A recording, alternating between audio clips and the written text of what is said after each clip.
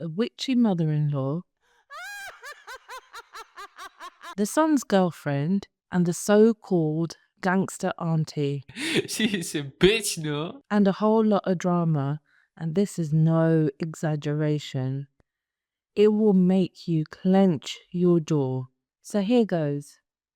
Me, a 16-year-old female, was honestly excited when my brother first brought his girlfriend home. You know, when he says it's only my friend, but you know it isn't. And my mum? Oh, she was rolling out the red carpet. She's always been a bit extra with everything. Extra love, extra hate, extra jealousy, extra clothing. So, the same happened to her. She was buying her clothes, jewelry, taking her to every event, telling people they're going to get married one day. Just a quick one, guys. Comment your thoughts on how you think this story will play out. And don't forget to like and subscribe. Your engagement really helps this channel for us to continue posting stories. So let's get back to it. Until one day, she decided suddenly she wasn't doing this no more. I guess she felt an immense threat from this 19-year-old girl. My mum stopped talking to her. There was no real reason, no explanation, no warning, just silence. One day, I sat by my usual favourite spot, by the fireplace, when I heard the doorbell ring. My mum says she'll go up to the door, so I heard her open the door. But wait, I hear nothing. Must be a door-to-door salesman, I thought. I was an ignorant teenager, so didn't pay much attention until I heard, "Hi, Auntie." You could hear the smile in the sweet voice, but some fear, I guess, and some nervousness. The response was a sharp snap. "What do you want?" You could hear the poison spilling out. Uh, uh, I'm here to see your son." You could still hear the smile, but not quite. Silence again. "Oi! Get your ass down now!" Wow, that was weird, I thought. But I did know who it was by this point. It was my brother's girlfriend. And with that, my mother walks into the living room, giving the cold look. One I had seen many times. Quite scary. It almost looked like she can break you in two when she gave you that look. But hold on, where's my brother's girlfriend? I don't see her anywhere. So I signal, "Where is she?" And confused as shit, at the door she gestures, and she gave this dirty look as if she was dust on the floor. Another look I had seen many times. The pure shock froze me. So I sat. I wanted to say hi, but I wouldn't dare defy her. I already saw the consequences of doing so. This woman was batshit crazy. Me? You don't want to do that. You don't want to defy her. A few moments later, the door closes. Probably my brother came down the stairs and left without saying anything. And now, this was the new normal. The energy was colder than Alaska and stayed this way until, fast forward a few years later, after so much back and forth. By the way, I'm South Asian, so my parents' approval is vital. Otherwise, the marriage doesn't happen in most scenarios. If it does, most times, you're kind of outcasted from your family and you're seen as the bad person. Anyway, so the problem started. The terms and conditions, where the wedding should be, which is another thing with South Asian families. Parents have a majority of the say, and you're probably cleaning your ear thinking you heard wrong. But yes, parents have majority of the say. Where your wedding takes place, who the guests are, even sometimes what you wear. One day, there was a dramatic speech from the evil queen. Pick her or pick me. The wedding came, and it's actually my brother's wedding day. We hold events over a few days. Just more shit to poke at, right? And it's exactly that. One issue or the other. She looks too simple. She's dominating him. She's rude. Remember this, it is important. By the time it got to the wedding, I was so done that I just wanted to drink and drown the months of stress into booze and party. All seemingly went well, as it could, of course. No real drama, just whispers here and there about the rituals, about what happened. Until 2 weeks later, we are at home.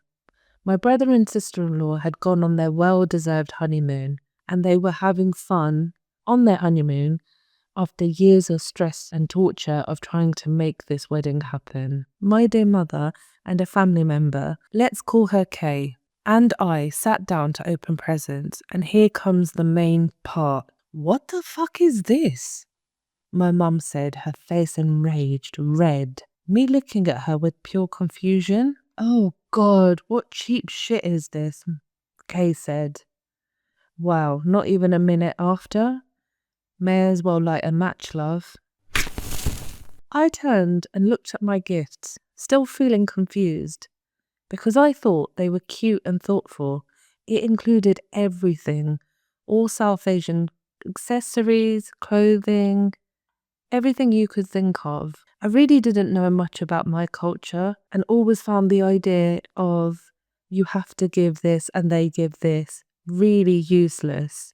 But this is how the culture is. If someone buys you gold, you have to return the gold. But they just went on and on and on. Oh sis, you cannot let this go. What rubbish is this? It's so cheap. I wouldn't even give this to my servants. And she went through each item, calculating how much it would be. This shit is unacceptable, she said, with an almost maniacal smile. Kay didn't stop there. Don't forget, you are the groom side. Behave like the groom side.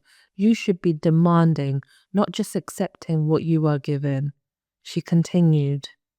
I sighed and looked. I saw nothing wrong with the gifts.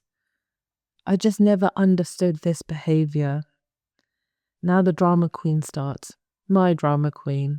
Can you believe how they behaved when we went to see them too? Before the wedding, after all their rubbish rituals, I rolled my eyes. In our culture, we invite the guest and feed them until they don't fit through the door again, she continued. They couldn't even feed us. Now Kay starts. Exactly. Can you believe it? It was freezing in the marquee, and they couldn't even give us a proper cup of tea. But they did, I thought. They couldn't even feed us. But they gave us snacks. Not that it would satisfy you cows. Sister-in-law and my brother, although from the same country, come from two very different areas and have very different cultures, by the way. Call her now, Kay said.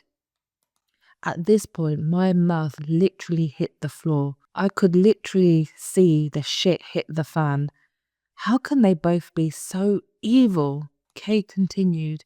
No, I mean it. Call her. She needs to understand our family doesn't work this way. A bit more of a forceful tone. Right now. The evil queen starts. Yeah, I'm gonna call her right this second. I'm going to show her who's boss. You take my son away from me, and now this.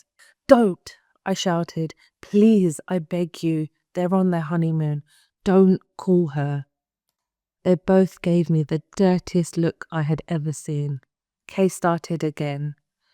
This can't be forgiven. You need to phone someone. Who can you call? Call her auntie.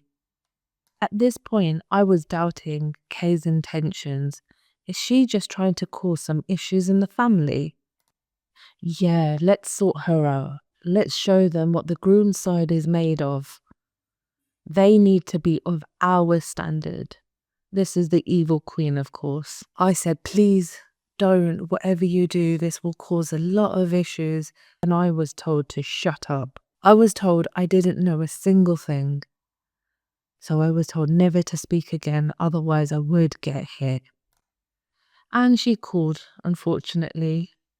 She phoned my sister-in-law's auntie. Let's call her Dee. Hello, sister. How are you? Dee was so polite. I need to speak to you right this second.